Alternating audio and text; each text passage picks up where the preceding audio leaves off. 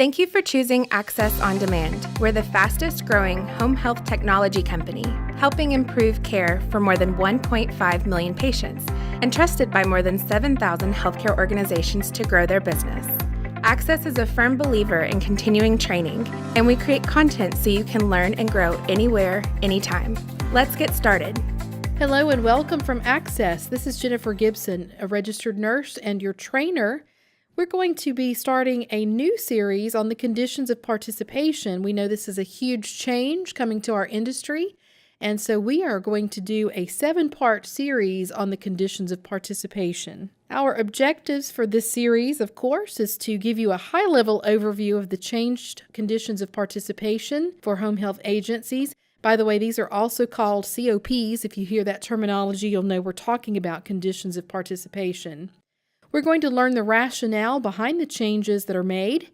We are going to learn the implementation date of the COPs and become knowledgeable of steps that your agency should take first to prepare.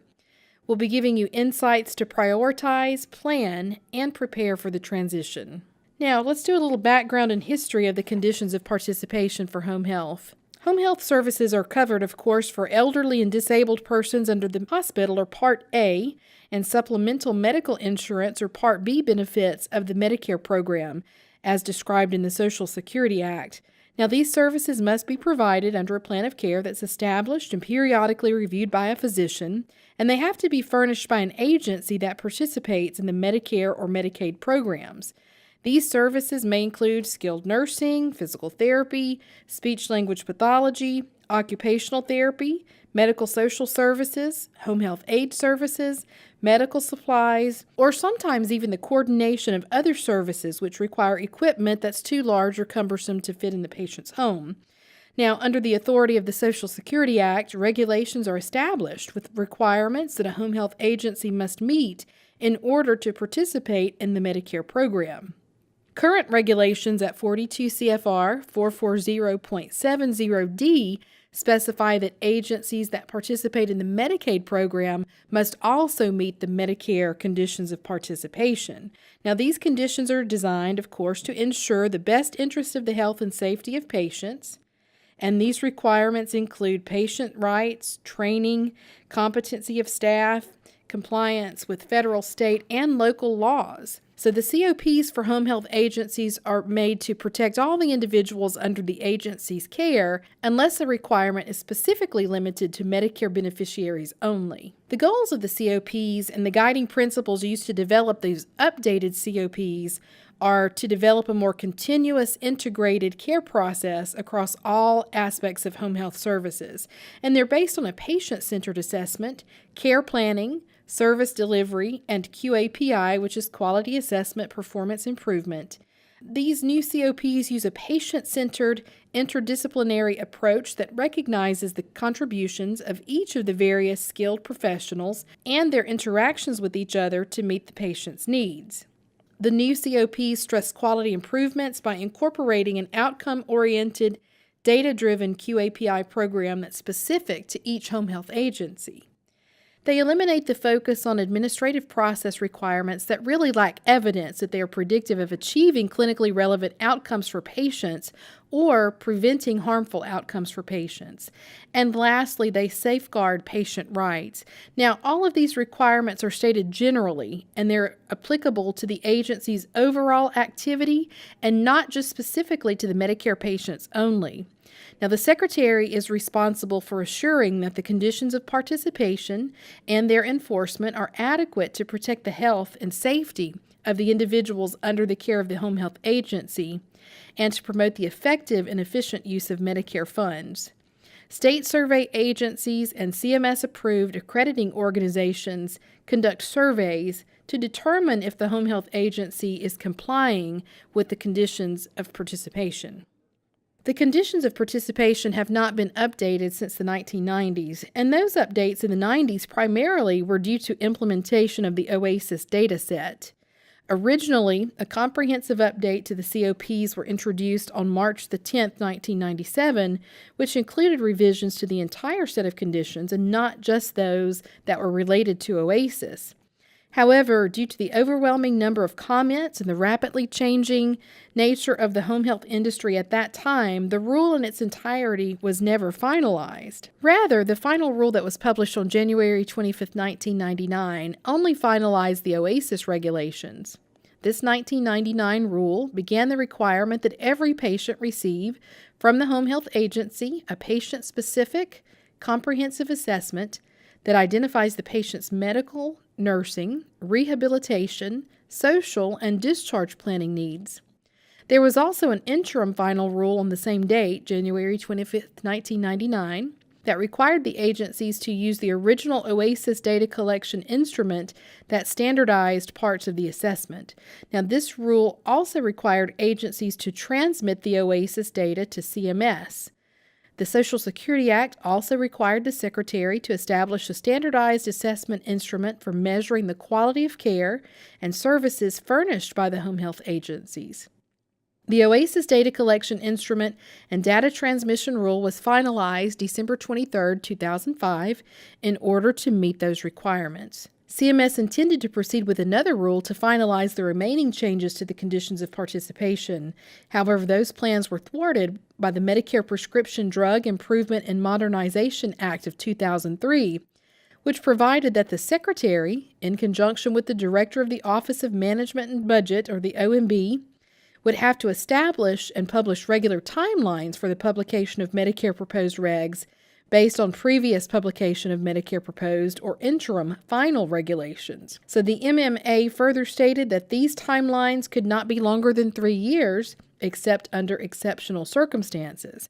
Now, so what CMS did, they interpreted that to mean that any proposed Medicare regulations that were outstanding for 3 years or more as of December 8, 2003, were included, and this included the proposed changes to the COPs that they were hoping to finalize. So for that reason, everything else that was in the proposal back in 97 did not make the cut and become regulation.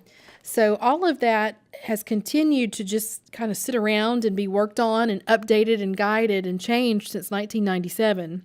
So we know we got the proposed conditions of participation rule back in 2014, and part of the reason that we see these now come out in 2017 is, again, we have 3 years from the proposal to the finalization of those rules, and so we had to go ahead and get those sent out. So CMS got that done early this year, and we see a pretty tight timeline for implementation of the COPs. So now that we know some history about why we're just seeing these updates, let's talk about why the updates were necessary.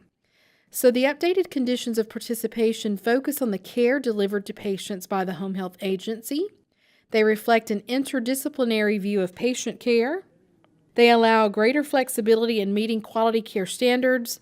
They achieve broad-based, measurable improvements to the quality of care furnished to Medicare and Medicaid programs, and they eliminate unnecessary procedural burdens on providers.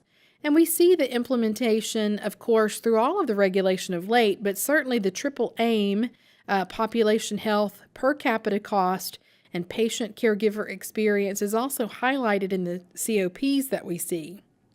So now that we've talked about how long it took to update the conditions of participation and why that took so long, let's focus on why the conditions of participation had to change. And in order to really understand the why, we have to look at the goals of the conditions of participation and the guiding principles that were used to develop these updated COPs. Now, CMS wanted to develop a more continuous, integrated care process across all aspects of home health services. They wanted to base this on a patient-centered assessment, care planning, service delivery, and QAPI. And they also wanted to use a patient-centered, interdisciplinary approach that recognizes the contributions of each of the various skilled professionals and their interactions with each other to meet the patient's needs. Now, we know, being in home care for many years, that coordination of services and outcomes have kind of always been a focus, but with the implementation of the triple aim concept, we see that's more and more emphasized, so it makes sense that we would see that in the updated COPs as well. The other guiding principles, of course, were to stress quality improvements by incorporating outcome-driven, data-driven, outcome-oriented QAPI programs specific to each agency. We also saw the elimination of the focus on administrative process requirements that really lacked evidence that they were predicting achieving clinically relevant outcomes for patients or even preventing harmful outcomes for patients. So we're really seeing them getting away from just a lot of overhead administrative processes that were not meaningful, and implementation of a true QAPI process for each agency that evaluates the data that we have and then turns that data into processes that will improve patient care and outcomes. And then last, we see a huge emphasis on safeguarding patient rights. So all of those goals and guiding principles basically just turn into CMS focusing on the care delivered to the patients by the agency. And they really want to see an interdisciplinary view of patient care reflected in the agency in their day-to-day business. Now, they've given the agencies a lot more flexibility in meeting those quality care standards. And then we see that they're looking for broad-based measurable improvements to the quality of care given to Medicare and Medicaid recipients without having a lot of undue burden on the agency themselves. So what are the important dates we need to know? The effective compliance date as of this recording is July 13th, 2017, except for the QAPI piece. The Quality Assurance Performance Improvement Project's compliance date is January 13th of 2018. And I think what CMS is doing here, they're allowing us time to gather 6 months worth of baseline data and then prioritize our QAPI projects based on the new processes before we actually have to implement those projects. Now, you'll see the structure of the updated COPs has changed quite a bit. What you see on the screen here is the new outline of the home health services, but let's talk a little bit about how they changed. In the old conditions of participation, Part A was basis and scope. In the new COPs, Section A is titled General Provisions, and it still includes the basics and scope of COPs, as well as definitions that are used throughout the regulation. Several definitions were deleted in the updates, and new ones were added as well. In Subpart B, we now have patient care, and that changed from administration in the old COPs. And so basically in Part B, patient care, all the regulations related to patient care are found here. And then finally, Subpart C changed from personnel qualifications to the organizational environment. Although personnel requirements are still located here, you're just going to see it titled under the organizational environment in the updates. Some of the highlights in Part A that we want to look at under the general provisions, we see that the definition of an agency subunit was deleted in the updated COPs. As of July 13, 2017, any existing subunit which already operates under their own provider number will be considered a distinct home health agency and will be required to independently meet all the conditions of participation, including having an independent governing body and an administrator. So basically, you're going to have parent or branches only, and subject to your state-specific laws and regulations, this federal regulatory change will permit a subunit to become a branch of its existing agency, and that can be done if the parent branch or the parent agency provides direct support and administrative control of the branch on a daily basis.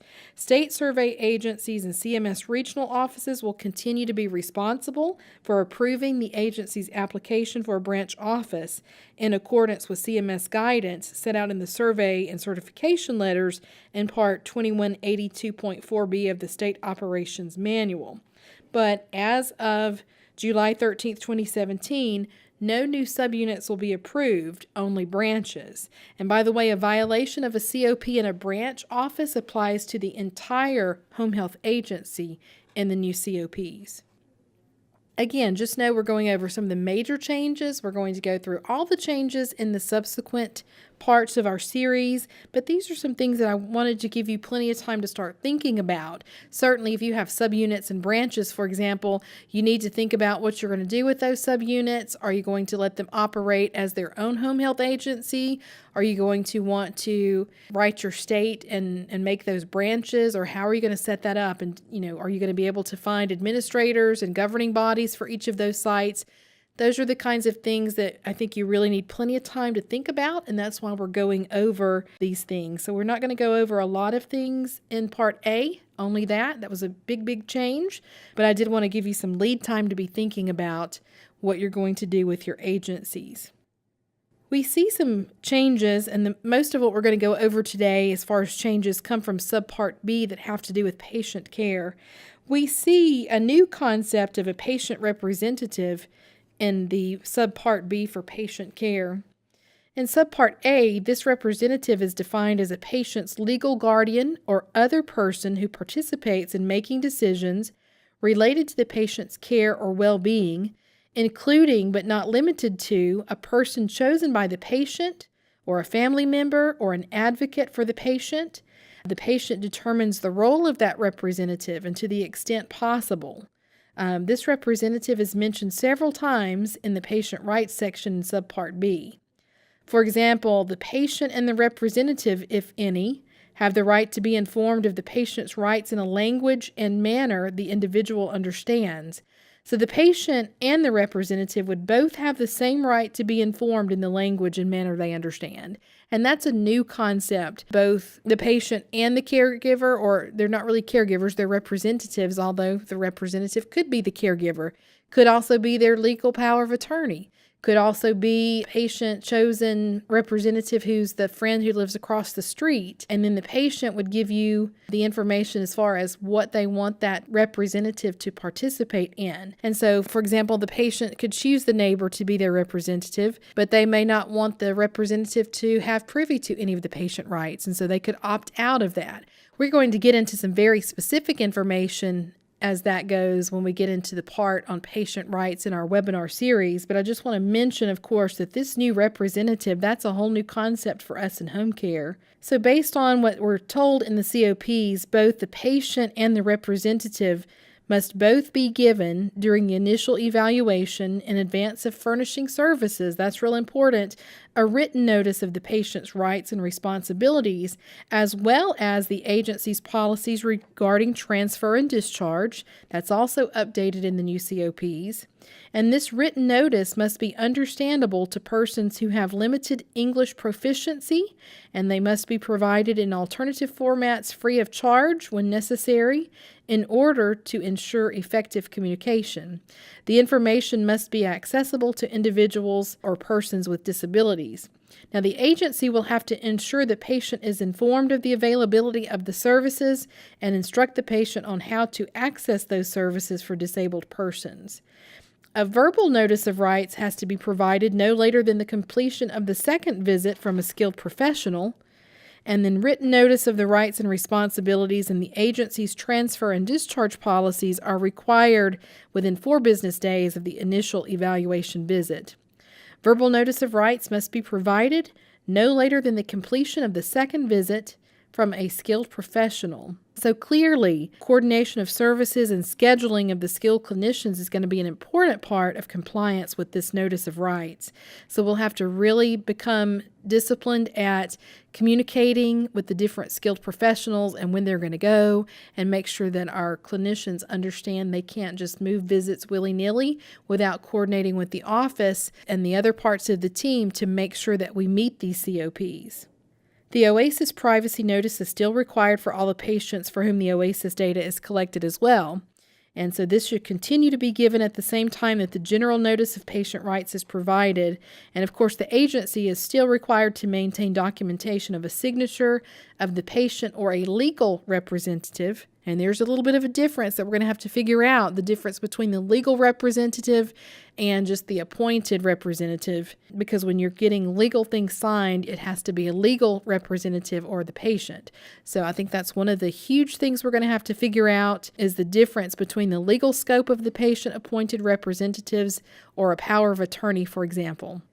We also see in Subpart B, the transmission of the OASIS data is updated, and basically that update is just to match the current technology standards and leave room for future updates. It used to be written in a way that we had to have a dedicated line to send our OASIS data over, and now we have the new COPs that state the agency must encode and electronically transmit each completed OASIS assessment to the CMS system, regarding each beneficiary with respect to which information is required to be transmitted as determined by the Secretary within 30 days of completing that assessment of the beneficiary. Now, one thing to note about that, it says that we have to transmit each completed OASIS assessment to the CMS system. So basically, if your patient requires the OASIS assessment, in other words, they're Medicare or Medicaid recipients, and they are not under the age of 18, nor are they maternity patients, then you have to collect an OASIS, and then the new COPs state that those must be encoded and transmitted, each one that's completed. And that's a little bit different than the 80 or 90% that we've seen in previous final rules, talking about the OASIS standards in order to qualify for the quality reporting payment. If you know, those final rules in the past have said if you don't submit 80 or 90% of your OASIS, you get a 2% reduction. Now, while that terminology has not changed, we see here clearly in the COPs that they tell us we have to submit each of the completed OASIS. So that's a huge change in wording as well. We also see the expansion of patient rights laid out in Subpart B under patient care. There are 6 new patient rights standards for which the surveyors will be looking. Those 6 standards include giving the patient and representative contact information for the agency administrator, by the way, including that administrator's name, the administrator's business address, and business phone number in order to receive complaints. But as you'll see on the screen here, those 6 standards are the notice of rights, the exercise of rights, the rights of the patient, the transfer and discharge, investigation of complaints, and accessibility. So the administrator having to supply his or her business address, business phone number, and name comes under number 5, for example. One other thing that we haven't yet mentioned that bears being noted is that while we have the conditions of participation released, we do not, as of the date of this recording, yet have Appendix B of the State Operation Manual, which is the interpretive guidance for surveyors. That is yet to be published, and so we don't really know at this point what the surveyors are going to be using as far as judging whether or not we're compliant. That will remain to be seen when that is finally published. And I looked at that again just this morning, and it hasn't been updated since 2005. So I'm sure there are several rewrites going on in that manual. We do not, as of today's recording, have any kind of guidance as to when those will come out, the interpretive guidelines. But when they do, we should be able to really fine-tune what it is that CMS is looking for, and the surveyors will be judging us on when they come out to see if we're meeting compliance. And we'll try our best to update you as possible in future guidance webinars as well. We see other changes in Subpart B with patient care. We see that the patient has to be notified of coverage and what they will be responsible for before care is initiated. That part is not new. We've always had to do that. One thing that did change significantly, however, is that if payment or coverage changes, the patient and the representative have to be notified as soon as possible, but before the next home health visit. And we used to have 30 days in which to notify them of changes in payment, but now we have to find out and let them know as soon as possible before the next home health visit. Again, this brings to mind several issues, the first of which is making sure that we have processes in place where our eligibility is checked often, if not daily, and if that eligibility changes, being able to call and verify the coverage for the new plan and then communicate that to the patient and the representative before we make another home health visit. And we'll have to document times that we find out so that the time will be in the chart flow in a way that the surveyor, I would imagine, is able to see that this actually happened before that next home health visit was made. We also see under patient care that the patient and the representative have to be educated on the agency's policies for transfer and discharge. And we also see in the final conditions of participation regulation that there are about 7, if I remember correctly, reasons that CMS mandate the patient can be transferred and discharged, but they go on to say that the agency may choose to add additional reasons, and if so, that's their policy, and you also have to educate the patient and the representative on any additional reasons that you might have for transfer and discharge. And all of that has to be done before care begins, okay? We also see under patient care information about the comprehensive assessment. We are accustomed to doing comprehensive assessments for our patients, of course, but they now include some things that we haven't in the past had mandated per se as a COP. And it says, and you'll see in quotes, this comes just from the final rule, and it says that the comprehensive assessment must accurately reflect the patient's status and include current health, psychosocial, functional, and cognitive status.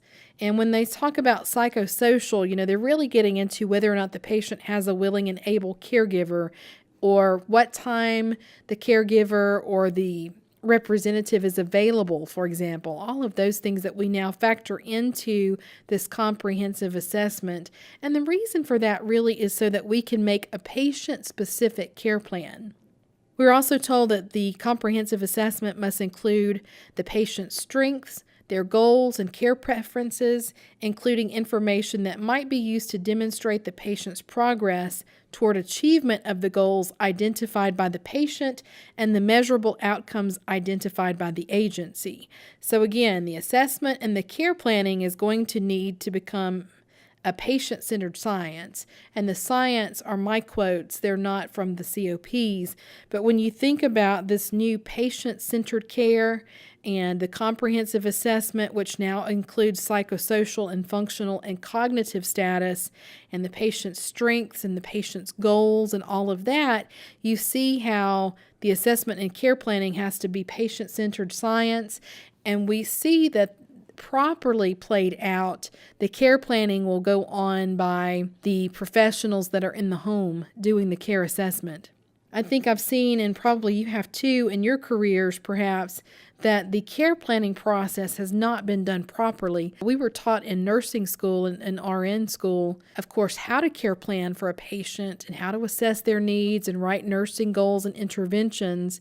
And what I've seen practiced at times in home health is that the assessing clinician will go out and do a general head-to-toe body assessment, but the care plan is sometimes done by an office member who's never seen the patient. And so for that reason, there's usually a disconnect. And they may call and talk to the person who was in the field, but really and ideally, and what CMS is pushing for in the new regulation is that discipline in the home is really responsible, and CMS expects that clinician to understand that patient and what their needs are and what their goals are, and then write appropriate care plans that are patient-centered based on that assessment. Under Subpart B of the Home Health Services COPs, we also see an emphasis on care planning, coordination of services, and quality of care. Something new that is seen here is that each patient must receive the home health services that are written in an individualized plan of care that identifies patient-specific measurable outcomes and goals. That's really something new to think about. And again, another reason why we see that these patients' care plans must be patient-specific and really drill down. The cookie-cutter days of care plans are going away because whatever we put on the home health plan of care, this new part under care planning and coordination of services and quality says that each patient has to receive the services that are written in that plan of care that identifies their outcomes and goals. So we can't just write, 30 interventions for 9 visits and go on about our way and not worry about delivering everything that's on that care plan. We're going to have to get really good at writing individualized plans of care. Also, under the care planning, coordination of services, and quality of care, we see that the plan of care must also now include a description of the patient's risk for emergency department visits and hospital readmission, and all the necessary interventions to address the underlying risk factors. So again, on assessment of that patient, we have to be picking up on their risk factors and what we're going to do about those and including those on the plan of care. The plan of care must also include the patient and caregiver education and training to facilitate a timely discharge, and then patient-specific interventions and education, measurable outcomes and goals identified by the agency and the patient. Also, under Subpart B, Care Planning, Coordination of Services, and Quality of Care, we see something else new to the conditions of participation. And this really makes sense when you think about going back to your professional training. We were taught when we take orders in the hospital setting, of course, that we have to time and date and write out the order and then sign with our professional signature. For whatever reason, because home health, we tend to operate a little differently because we're not brick and mortar. We didn't always have in the past timed notations for when things happened or orders. But we see now in the updated COPs that physicians' verbal orders must be signed, dated, and timed by the documenting clinical professional, and that revisions to the plan of care must be communicated to the patient, the representative, the caregiver, and all physicians who issue orders for the home health agency plan of care.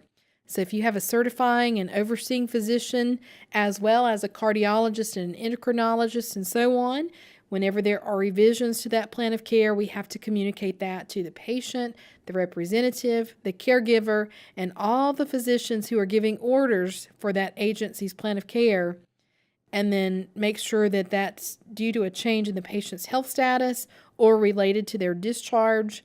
And then the discharge must also go to the professional who's going to care for the patient after discharge. Depending on your accreditation body, this may or may not be new for you, but certainly if you're licensed and certified only, many of these things are going to be new regulation. Those of us who've been Joint Commission or CHAP or ACHC accredited, we have different levels of compliance that we have to meet, and so some of these things may not be new. Also in Subpart B, which is your Care Planning, Coordination of Services, and Quality of Care, underneath the Patient Care heading, we see that coordination of services between the home health agency staff and physicians, visiting professionals, patient, and the representative will need to be very evident in documentation. And we know oftentimes, if not every time, that this coordination happens in a patient's home, but we also know that we are not really good about giving ourselves credit for everything we do in the home health care world. So make sure that your staff understands these new conditions of participation and just how important it is that they document the services between the staff and the physicians and other visiting professionals. That interdisciplinary coordination of care really has to be evident in your charting. Also under Subpart B, which is your patient care piece of the COPs, we see a Quality Assessment and Performance Improvement or QAPI program laid out. It's no longer simply a record review as it was in prior regulation. This is a true data-driven QAPI program, and the measures are derived from the OASIS and other relevant data that we collect. Of course, that would include CASPER reports or PEPPER reports, Home Health Compare, your 5-star ratings that are published, but a lot of data that we'll need to analyze and look at for our QAPI program. This will be an outcomes-focused QAPI program, and it should address the agency's performance across the spectrum of care. The QAPI program also should look for effectiveness and safety of the services and quality of care that's given by the agency. We're looking for opportunities for improvement, really. And rather than surveyors coming in to see if we're just following a bunch of processes, CMS has really made this into a self-monitoring environment where they're trying to weed out what they call marginal agencies. And the way that they do that is now to turn the regulation onto self-regulation and look for opportunities for improvement, and then focus on our high risk or high volume or problem-prone areas, and then look at the incidence or the prevalence or the severity of problems that we have in those areas. And then once we analyze the data, that we should have things in place or processes in place that lead to immediate correction of any identified problem that directly or potentially threatens the health and safety of our patients. We see a few other updated sections under Subpart B. such as the infection prevention and control. We see an expansion of what agencies will need to do to prevent infections, such as teaching and providing education to the patients and the representatives and the staff on not only how to control but prevent infections like hand washing. We also see mentioned reporting to the CDC, for example, any kind of communicable diseases. And we also see the skilled professional services laid out and their qualifications, supervision of like the home health aide or the LVN or the PTA and so on. Then we see an elaborate home health aide training program, competency, and supervision, and that program is a lot more specific and updated than the prior COPs. And as stated before, we're going to get into those in subsequent on-demand content. Last, let's talk a little bit about some highlights in Subpart C, which is your organizational environment. One of the things that we note is that we must comply with federal, state, and local laws and regulations. And just a side note, with all of the conditions of participation, when the surveyor comes into your agency, they will look at all of the different federal, state, and local laws as well as your agency's policies. And they will grade you or judge you based on the most stringent of those particular laws or policies that you have written. So make sure you understand that if you have a federal policy and a state policy and a policy internally written so that your own policy is more stringent than the state or federal regulations, they're going to see if you're complying with your own policy, which is more stringent. For example, if you have a joint commission policy that's more stringent than the federal regs, then they're going to go with that joint commission policy and grade you accordingly. We see new emergency preparedness information in the home health COPs. Ideally, this has in the past been practiced by most agencies through their accrediting body. I know CHAP and Joint Commission has certainly had emergency preparedness as a focus for many years, but it's now a condition level problem if you don't have an emergency preparedness plan that's compliant. That emergency preparedness plan has stated that it must be compliant with federal, state, and local emergency preparedness requirements. And it really requires you to identify risks and which patients are at risk for different natural disasters or terroristic activity or any other problems, and then plan what you would do in those different scenarios, train your staff. And here's a really good one: participate in community-based full-scale exercises. And if your community doesn't have a full-scale exercise available, then you have to do a facility-based exercise, which could be fun to kind of think about until you realize that we have to pay these employees to come do this exercise with us and play out. Like maybe there's a gas leak due to, I don't know, some kind of disaster. A tornado hits and now you have this major gas leak and problems going on in your facility. You have to really kind of role play and participate in this exercise to see if you're ready or not to handle that. And I think that's going to be quite the challenge for many of us. We might have had emergency preparedness plans in place, but maybe not to that extent. But we will have to adapt because that's now part of the COPs. And then we will, of course, test to see if we're compliant and ready for such disasters. We're also noticing in Subpart C, the organizational environment part of our COPs, that the administrator role is expanded and more specific. The qualifications become more stringent, and they really are more stringent based on if you hire a new administrator on or after July 13th, and we're going to get into that in one of our subsequent webinars. We also notice that a clinical manager is added to personnel requirements, and there's some qualifications that come with that clinical manager, although it is interesting to see that this clinical manager can be an RN or a PT or an OT or even a speech-language pathologist or an audiologist, but that clinical manager's role is really going to be coordination of care and ensuring that the patient care delivery is presented as it should be. We also see some updated clinical record standards, and really we're talking about the entries and orders having to be timed now as well. We also see that when the patient requests their medical records, that the agency must make those records available within 4 business days or by the next visit, whichever is first. So again, that coordination of care, making sure that the field clinicians are communicating with the office and that the office is going to turn that record around and have it ready and available for that next visiting clinician to pick up and take out on the next visit. All of those coordination of services is going to be a big deal in the future environment. So now that we've highlighted several new regulations, let's think about what your agency should be doing now to prepare. The biggest thing you can do, of course, is to familiarize yourself with the updated conditions of participation. And then I recommend you form an interdisciplinary COP implementation team. Make sure you have people from your field staff, from your office staff, from your administrator, and that team should really be looking at how you're going to update your policies, which ones need to be prioritized. You're especially going to update your admission, transfer, your discharge, and summary forms as needed, for example. You'll want to review the monies available for your most urgent needs, such as hiring an interpreter, like an AT&T telephone service or whatever that you might need to make sure that you can speak to the patient and their representative in their preferred language to explain their rights, for example.